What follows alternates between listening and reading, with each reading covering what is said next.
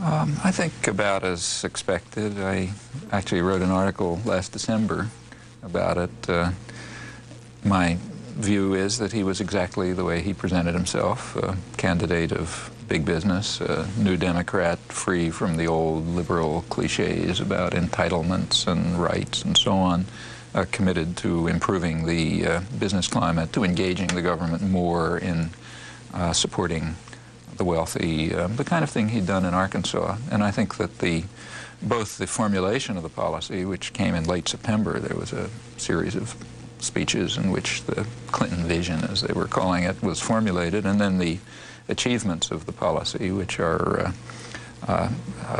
essentially the November achievements, NAFTA, the APEC, the Asian Pacific Council Summit, associated domestic programs. That reflects his achievement in supporting the concerns and interests of major American corporations. It explains why the Wall Street Journal, for example, is so enthusiastic about him, describing him as continuing with what has been a pattern of Democratic presidents who link up very closely to interests of big business rather than small business, whereas the Republicans, in contrast, tend to be the party of the business community generally, so somewhat different. And I think that's pretty much what we're finding, and we will continue to find, I think, with the health plan and so on. On the other hand, in other foreign policy issues, such as say, helping restore democracy in Haiti and so on. I mean, I never expected any possibility of that and don't see any. Well, NAFTA, there's a good deal of the issue that was discussed, like will there be more jobs or less jobs? Nobody has any idea. I mean, the economic models that are being used are so remote from reality that what they say is almost meaningless, and that's pointed out a long time ago. The Congressional Office of Technology Assessment did an analysis of this executive version of NAFTA about a year ago and made that point, among others. However, there are some consequences about which there's pretty general agreement, and if you read the text and you see the international forces at work, you can understand why. It is going to have the effect of deepening the split between the wealthy and the general population. Now, inequality has been growing in the country for about 30 years. Real wages have been declining. Growth has been quite slow. Such wealth has been created is going increasingly to a small sector of the wealthy. The country's kind of taking on a sort of a third world look. I mean, it's not Brazil or Mexico, but if you walk through the streets of any major city, say Washington or New York or whatever, you see what the statistics tell you, that there's a large, relatively marginalized population developing, superfluous for wealth production, because increasingly transnational corporations are able to shift production to high repression, low-wage areas elsewhere, and the wages will go down. In fact, they're going down internationally because these things all interact. So as U.S. wages are now the lowest in the industrial world outside of Britain. That's a big change over the last 10 years, in fact, a complete reversal. And that means that, say, German factories will invest in Alabama, as they're now doing, because they can get much cheaper and more repressed labor, so it brings down German wages. So what is anticipated from NAFTA, I think almost across the board, is a lowering of the income of a substantial part of the population, probably a majority, an increase in wealth for privileged sectors, and what that'll mean overall in the statistics is not so certain. So let me give you one analysis which is highly regarded and taken, actually appeared in the Washington Post, is by a UCLA professor of management, Edward Leamer, who's pro-NAFTA, I believe. And he estimated that by the end of the decade, if NAFTA goes through in the present form, the form that it did go through, there would be an increase, his estimate was, of about $3,000 a year in income for professionals and people associated with the higher levels of the business community, managerial, skilled labor executives and so on, about $3,000 a year increase in income for them, about a $750 a year decline in income for most of the workforce, and he figured that would average out to about a $200 $1 a year decline for the general population. And my belief, he's pro-NAFTA. And most of the economists who are pro-NAFTA say something similar. So my colleague Paul Krugman of MIT, who's an international trade specialist, who's very pro-NAFTA, does agree that for unskilled labor, there will be a decline in income. Unskilled labor happens to be 70% of the workforce. There was an analysis in the New York Times the day after the NAFTA vote. They delayed it. It's their first analysis of the regional impact of NAFTA, predicted regional impact in the New York area. And it was exactly the same. They said banking, corporate law firms, pharmaceutical corporations, the publishing industry, chemical industry, which is highly capital intensive, not many workers, corporate law firms, they'll all do fine. Then they said there'll be some losers. The losers will be women, blacks, Hispanics, semi-skilled labor. That's about 3/4 of the workforce. And the effect will be to split, to increase, intensify the move that is very clear towards separating the society into two tiers. In the long term, it means sort of internationalizing the third world model. That's the typical third world country. Say Mexico, you know, small sector of very wealthy people, usually connected to international investment and finance and transnationals and so on, and a very large sector of extremely poor people. And incidentally, NAFTA is expected to have the same effect in Mexico. So the leading Mexican financial journal, which is very pro-NAFTA, estimated that about 25% of Mexican manufacturing industry would be destroyed in the first 2 years, and about 14% of the workforce would be eliminated. Another effect of NAFTA, which everyone expects, is that cheap U.S. agribusiness exports will contribute to the process already going on of driving out large numbers of peasant producers. All of this swells the workforce. Swelling the workforce drives down income. There is no serious opportunity for organizing. It's pretty repressive and brutal. So that'll have the effect of lowering wages there, just as it'll have the effect of lowering wages here. And this, if you look at the international system, this is a continuing drag. You know, any country that's providing more, where workers have achieved more rights, say rights to hold job security or pension rights or whatever, it's naturally going to be driven down as international capital can seek the point of highest repression and lowest wages. So you move towards an international economy of essentially low growth, low wages, and very high profits. And that's a kind of internationalization of the third world model, and this particular version of NAFTA is very likely to have that consequence. Now, you know, it should not be called a free trade agreement, because it is not. It is a highly protectionist agreement with a complex mixture of liberalization and protection designed to guarantee investor rights. Investor rights are very delicately protected. Worker rights, community rights, and so on are undercut. In fact, one consequence of it is to attack democratic institutions. The same is true of GATT.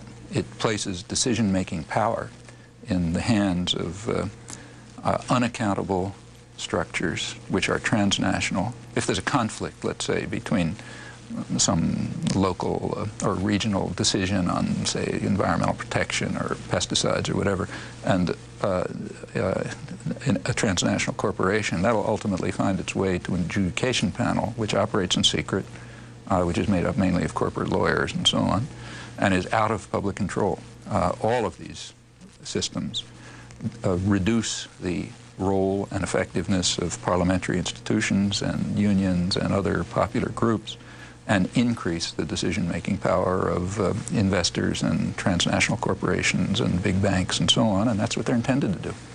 Well, you're quite right about not only the length of this, but if you do have a look at it, you'll find out it's also unreadable. I mean, it's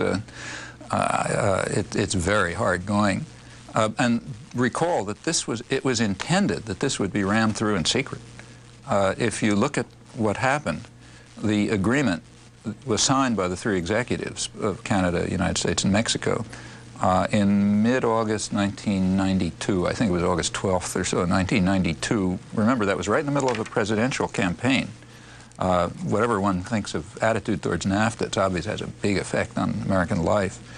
Try to look back and find out what anybody said about it. Nobody, it was very little discussed. In fact, probably wouldn't have been mentioned at all if Perot hadn't brought it up. Nobody knew about it. Nobody knew what was going on.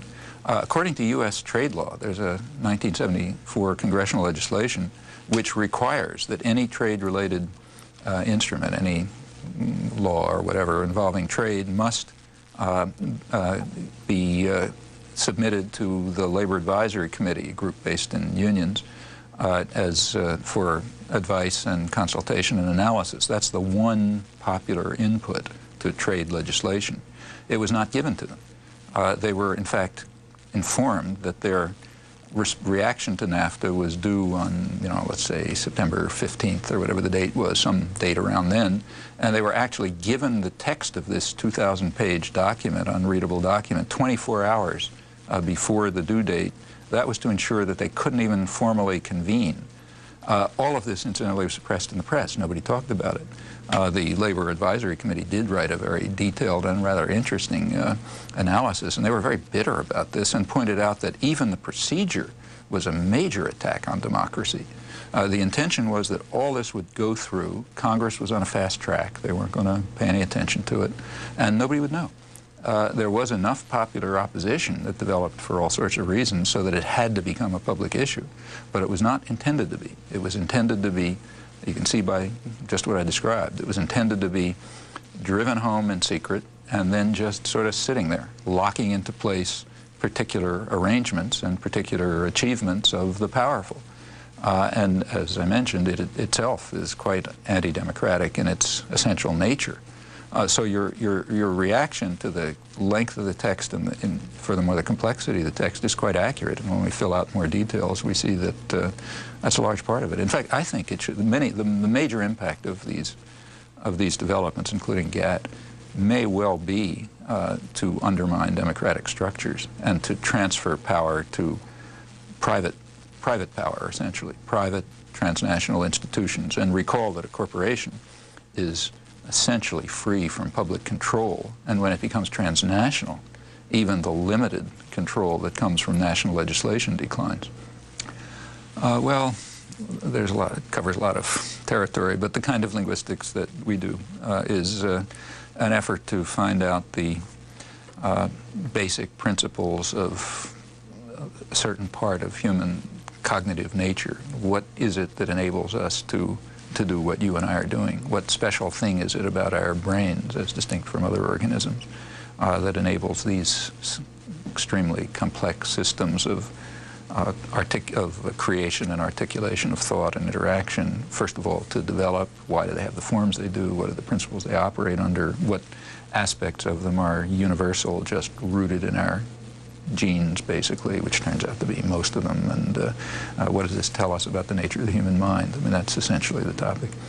Well, actually, proposals of that kind were made by, not for 25 hours, but I think 36 hours or something, by the unions years ago. And it's a very interesting question. Remember, the fight for a 40-hour week was a huge battle. It took about 70 or 80 years of very bitter strife, and in the United States, very violent strife, I should say. I think about 700 workers were killed by security forces during that period, simply to attain the 40-hour week. And shortly after that victory was attained, it started being lost. So the 40-hour week is now a thing of the past. The average work week has been increasing through a variety of mechanisms since that victory was won. The question of whether there should be a lower work week should be, in my opinion at least, I mean, here values come in, but in my opinion it should be basically a matter of democratic decision. But of course, for it to be a matter of democratic decision, that means that corporate power has to be under democratic control.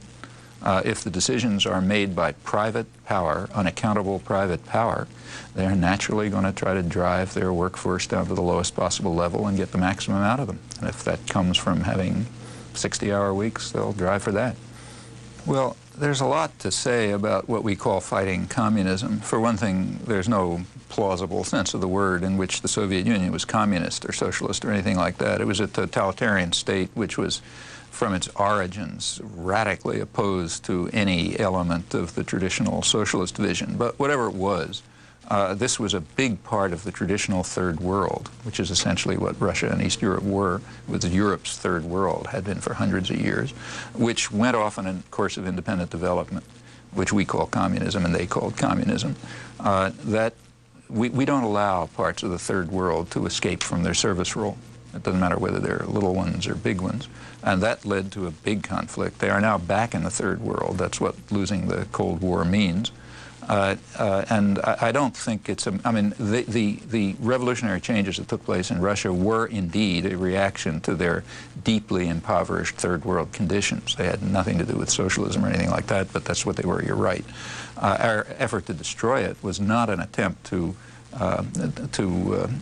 improve economic conditions. In fact, take a look at the parts of the Third World that we do control. Take, say, Brazil, you know, huge, rich country with enormous resources, which we've had a big, strong hand in running since 1945, and take a look at it. That's what we've been trying to create in the Third World. It's a country with a sector, 5 or 10% of the population, of great wealth.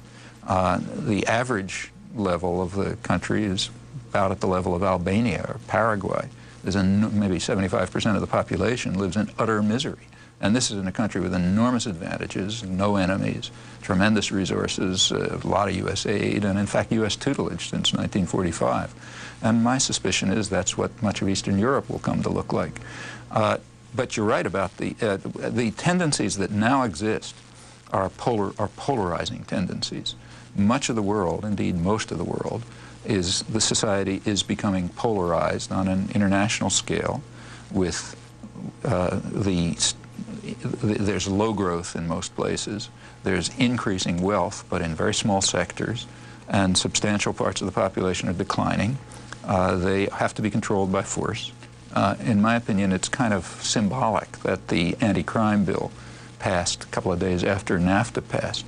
I mean, NAFTA is going to have, I think it's fairly clear, this polarizing effect, meaning more people, more social disintegration, meaning more crime, meaning more force.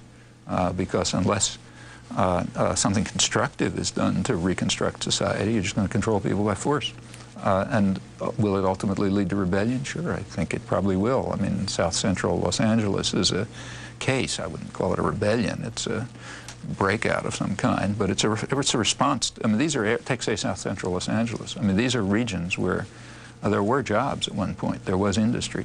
When that disappears, you get social disintegration, which can take all kinds of forms. I mean, abuse in families, for example, alcoholism, random violence. I mean, it could take a lot of forms. It could possibly take constructive forms, and I very much hope it will. And those constructive forms ought to be efforts to reverse these tendencies, which are deeply rooted in the international economy. I would like to see serious efforts against proliferation, and looking at North Korea alone does not really respond to that issue. First of all, the question of North Korea is in a broader context, but bear in mind that while Clinton is talking about the threat of nuclear proliferation in North Korea, he's also contributing to nuclear proliferation. So one of his grand achievements at the Asia-Pacific Summit was to override congressional restrictions on sale of high-technology equipment to China. Now, those restrictions were imposed by Congress when Congress was given what they considered conclusive evidence that China was involved in missile proliferation, possibly involving North Korea, incidentally, and possibly also nuclear proliferation. And if you look at Clinton's summit decision, it was to give them supercomputers, which, as Pentagon analysts quickly pointed out, can be used for missile development and nuclear development, and also to allow U.S. exports for nuclear power generation. Now, nuclear power generation and nuclear weapons production are very close, and since China has, if we can believe U.S. intelligence, been engaged in proliferation, essentially Clinton was saying that I don't care about proliferation. What I care about is profit for U.S. corporations. There are other cases, too. I mean, one of the major nuclear powers, aside from the really big ones, is the State of Israel, which, as the CIA pointed out decades ago, has hundreds of nuclear weapons. Well, you know, its nuclear capacity is an element in the world which has a lot of people frightened. I don't see any concern about that. When you turn to North Korea, I think the problem is real. And I think it's a problem of how North Korea is to be integrated into a world system under conditions in which it is at the moment pretty desperate and pretty unstable. And that issue goes beyond nuclear weapons. It looks to me as though North Korea is kind of desperately trying to trade some form of potential or maybe actual nuclear weapons development against a form of acceptance into the international system. And I think that's the direction that should be pursued. Regular teaching load. At a place like, I teach graduate school, so it means, well, I don't know, maybe several hours a week of actual lecturing and many hours a week of person-to-person interaction with students, plus, let's see, it's 38 years, I guess. Oh, it's really exciting. I mean, there's nothing more exciting than the intellectual interchange and the interaction with students, whether it's in children. At one time in my life, actually taught children, now teaching advanced graduate students. And it's always an exciting experience, or can be. Yeah, several. 3 or 4, in fact. Let me see if I can remember them. I'll list them for you really fast. Year 501, Rethinking Camelot, Chronicles of Dissent, Letters from Lexington, and Prosperous Few and the Restless Many are what come to mind. They're also not reviewed, so it's hard to know about them, and they're usually published by small presses which don't have the resources to advertise. I wouldn't think it's not, on its own it won't happen. I mean, the media are basically huge corporations which sell audiences to advertisers, and they're going to reflect the interest of their owners and their buyers by and large. However, as popular pressures develop, as popular organization takes place, and in popular involvement in the political system and in social change and so on, the media will respond to it. I think you're quite right that there's more openings now than there were, say, 30 years ago. At least I experienced that to a limited extent. And I think it's just a result of the changes that have taken place in the country. I mean, it's a more active, lively, vibrant society than it was 30 years ago, and this is reflected in the media to some extent. They say unpopular things. So one book of mine happens to be on the U.S. media. It was a bestseller in Canada. It was literally a bestseller. It was based on lectures given over Canadian Broadcasting Corporation. I don't think it has a single review in the United States. Why should American media want to publicize a critical analysis of the American media? Well, the Reagan, I think you're right in putting Reagan aside. I think he was mostly a symbolic figure. Probably didn't even know what policy was most of the time. But the policies that developed in the Reagan years were, in fact, continuations of the late Carter years. So if you look at the last few years of the Carter administration, Carter called for vast expansion of the military budget and cutback of social programs. Though he didn't have quite the political clout to push that through, but the Reaganites pushed it through. And in fact, the military programs of the Reagan years are not all that different from the projections of the Carter years, same with the cutback of social programs. And this goes back to things that happened in the early 70s, when there were big changes that took place in the international system. One of them was that Richard Nixon dismantled the Bretton Woods system, the system that developed after the Second World War of international sort of capital regulation, in which the U.S. was in effect the world banker. That was one of a number of factors that set in motion a substantially, in fact, huge growth of speculative capital in the world, accelerated the internationalization of production, meaning, shifting of production abroad and that sort of thing, and set a lot of other forces in motion. This meant a sharp attack. It meant lower growth, sharp attack on welfare and living standards and wages. Real wages in the United States have been declining since about that time, in fact. And the Reagan years simply extended and accelerated these differences. So the Reagan years were years of substantial polarization.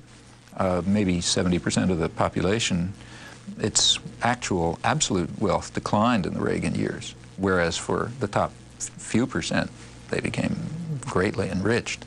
And this just is a continuation and indeed acceleration of the kind of processes we've been talking about. And unless there's, they're also going on in the Clinton years. And unless the population does something about them, they're going to continue. Well, of course, the Central American countries technically aren't in NAFTA, but and it's a little hard to predict, there was what was called a Caribbean Basin Initiative, which was going to include the Central American countries and the Caribbean countries.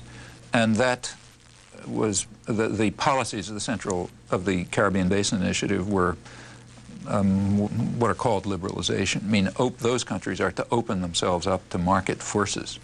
Now, that has a general, and NAFTA will probably in the long term contribute to opening up third world countries to market forces. Now, there are a lot of, rich countries don't allow themselves to be open to market forces. So the United States is highly protectionist. It has all sorts of systems for massive state intervention in the economy, and it always has. Every successful developed country relied, from England up till, South Korea and Taiwan, relied on, including us, relied on radical intervention, state intervention to protect economic power from market forces, and it continues until this day. The Pentagon system, for example, economically speaking, is just a funnel by which the general public subsidizes high-tech industry, which is, of course, a radical violation of market principles. However, the third world is to be deprived of those mechanisms so that it will, in fact, be a kind of service area. And the effect of these programs, there have now been so-called structural adjustment programs. There have been, well, over 75 of them. I've forgotten how many exactly. The general effect that they have is to lower labor's share of national income. That's the overriding effect. I mean, then what happens, depends on one place to another. But they themselves have this polarizing effect, and that's the way market forces work. We have here a mixture of market forces and state intervention, and the state intervention is for the benefit of the wealthy. In fact, if you want to know how it works, have a look at Clinton's great triumph in Seattle. The sort of centerpiece, which got so much hoopla, was a speech that he gave in which he announced his vision for the free market future in the Pacific. And he picked a model company, which he called a model for what other American corporations should do. And he, in fact, gave the speech in a building of that model company, a hangar of the Boeing Corporation. That was the model for the free market future. Boeing is a publicly subsidized corporation. Boeing relies extensively, even for its existence, on the Pentagon. If it wasn't for the Pentagon funnel, Boeing would not be the country's major exporter and practically wouldn't be functioning. And the same is true of the aeronautical industry altogether. The same is true of the other, we mentioned Cray supercomputers, being given to China. Why do Cray supercomputers exist? Because the public paid the costs of research and development for computers, and in fact provided a substantial part of the market through the whole Pentagon system, the Pentagon, NASA, and so on. These are the kinds of interventions in market processes that benefit a certain sector of the economy, the more skilled professional investors, top managers, and so on. As far as Central America is concerned, no, they're going to be subjected to market forces. In fact, we've done this. Costa Rica in Central America was the one exception to the Central American model of almost total social disaster. Remember, this is the region of the world where we have had the most influence. We take a look at Central America, we learn a lot about ourselves. That's where we've had enormous influence because of proximity for a long, long time. There was one exception to the disaster, the horror chamber that's most of the region, namely Costa Rica, which, for various reasons, had developed a kind of Western European sort of social democratic character and was a much richer country than the rest. Well, during the Reagan years, there was a pretty harsh attack on that. Costa Rica, there was a lot of pressure on Costa Rica to abandon its social programs, to cut back on domestic investment, to open itself up to market forces, in fact, to become very much like the other countries of the region, and it largely succeeded. The United States is a pretty powerful country, especially relative to Central American countries. So the fate for Central America, NAFTA or no NAFTA, in my opinion, is, unless we do something about it, because they're not powerful enough to do it themselves, is to become essentially export platforms for American industry, which will use extremely cheap and repressed labor for profits here and elimination of jobs here. Mm. Well, NAFTA was an interesting issue. I mean, it was a very, overwhelmingly, it was a class issue. In fact, the New York Times even permitted itself the unusual phrase class lines, which was rarely, a term which rarely appears in the media because it's a little too revealing. But they did point out that the attitude toward NAFTA by and large broke down on class lines. Corporate power was overwhelmingly for it. Business and corporate power was overwhelmingly for it. The workforce was overwhelmingly against it. The media were overwhelmingly for it, but they almost automatically respond to corporate interests. Despite the enormous media barrage, virtually 100% approval, the general population remained somewhat against it. So the latest polls I saw, I think in September or maybe October, showed about, of the portion of the population that had an opinion, it was about 55 or 60% opposed, which is something that had stayed pretty steady. As for Pat Buchanan and Ross Perot, they were a little bit exceptional. Usually they take a corporate stand, and on this issue they didn't for whatever reason. I think you'd have to look into their particular point of view and motivations. But you're right, that's a funny alliance. Well, I'm personally very skeptical about any form of regulation of any kind of speech. Now, the media don't even begin to approximate freedom of speech. I mean, this is the kind of freedom where people who own the place set the rules. So that's not real freedom. Nevertheless, the idea of even in that kind of system, heavily skewed towards extreme wealth, personally, I'd be reluctant. I'm very reluctant to see any kind of regulation take place. Freedom of speech is a really important value. Over the centuries, particularly in the United States, won a lot of, won substantial freedom of speech, and I think we ought to preserve it. However, with regard to the media, I think there's a much more serious question. Should the media be democratized? I mean, if the media are institutions of private power, we can be quite sure that they're going to have a particular take on things. They're going to give a picture of the world which, by and large, reflects the interests of their owners and their advertisers and other centers of power in the society. And that means that the attitudes and points of view and interests of the general public are going to be marginalized. And I think the answer to that is not, regulation, it's democratization. The specific question of violence on the media is a hard one.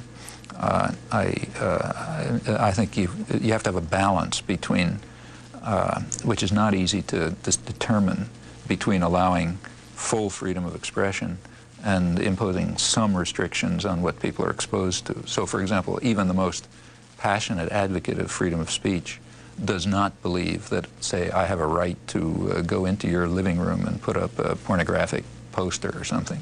That's, you might say, my inability to do that's a restriction of freedom of speech, but I think everyone agrees with that. When you move to a, say, poster in Times Square saying, I don't know, some obscene thing or disgraceful thing, the issue becomes more complex because it's not really private space. It's just the space where you are.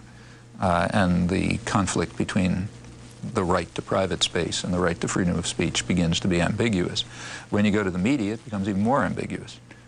It's, in a sense, private space. I mean, that's, given the way the society is, you just kind of, you're not compelled, but you're at least driven to being exposed to it. And therefore, what's on it is a kind of involvement in your private space, but at a more remote step. It's at this point that values become difficult and decisions become difficult. However, my own bias, at least, would be against, I think the burden of proof has to be on anyone who wants to introduce any form of regulation, in my opinion.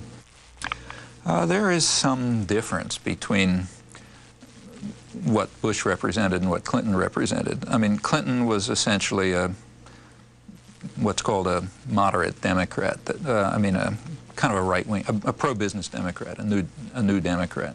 And that means it's very difficult to distinguish that from moderate Republican. But there were some differences. If you look at the campaign, For one thing, the Republicans and the Democrats have rather different constituencies. The Republicans are quite openly the party of business. They don't pretend to be much else. The result is that they don't really appeal to a popular constituency the way the Democrats do. They, by and large, have to appeal to a public constituency on the basis of jingoist appeals, fear, religious fundamentalism, and so on. You could tell it from the Republican convention. And that's a substantial part of the population. And that the Democrats, on the other hand, put themselves forward as the party of, you know, the working people and the ethnic minorities and women and so on. In fact, in practice, they're just more or less another business party. But the difference in constituencies shows. So when these parties are in power, although the major decisions that they make keep to the essential agenda of the state-corporate nexus, which doesn't change a lot, on other issues which are of less significance to major private power, they do different things. So on issues of, say, the Reagan administration and Bush as well carried out a very substantial attack on civil rights, and and that harms the interests of the popular constituency of the Democrats, in fact, the general public.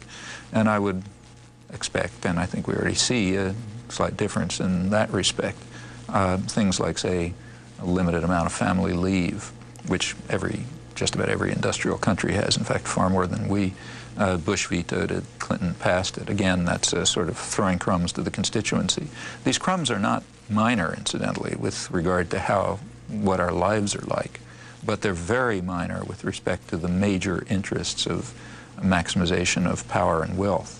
So if you read, say, the Wall Street Journal, the main business journal, you'll find they're very enthusiastic about business and about Clinton and describe him as, you know, one of the best candidates big business could imagine, despite the fact that on, say, social programs and other things, he may not be entirely to their taste. There was also a difference that you could detect on major economic policy. The Clinton administration called much more openly for state intervention to support and protect major economic centers than the Republicans did, though they're all protectionist. The Republicans tended to be a bit more ideological about it and not to intervene, not to call so openly for, or so extremely for intervention to protect business from market forces. The Clinton called a bit more for that, and in fact has done a bit more. So Clinton's national export strategy, announced in late September, called for an extension of policies that the Reaganites and Bush had pursued, which were in violation of GATT, as everyone admitted. And Clinton wanted to extend that, and that was put rather well by the Secretary of Treasury, Lloyd Benson, who said something like, I'm tired of this level playing field business. I want the playing field tilted more toward the interest of U.S. business. So we always tilt the playing field in the interest of U.S. business, but they wanted to tilt it a bit more. Depends on what people like you do about it. If there is no popular involvement in this, private power will have its impact, which is significant, and that's going to make it less democratic. For universities and the whole educational system to be more democratic, there has to be some counterbalancing force to private power. And that only counterbalancing force can be public involvement in democratization. So to the extent that such forces exist, the universities can become more democratic. In fact, they have become more so in the last 30 years, in my opinion. Well, my hope is that it'll stimulate people to try to ask questions about the world and find their answers. I mean, I have what I think are my answers, but I think if people have a broader range of analysis and information available to them, they're in a position to come up with better insight and better understanding, or at least so I hope. And then, of course, I hope they'll do something about it, because just having the ideas in your mind doesn't change the world. Glad to be with you.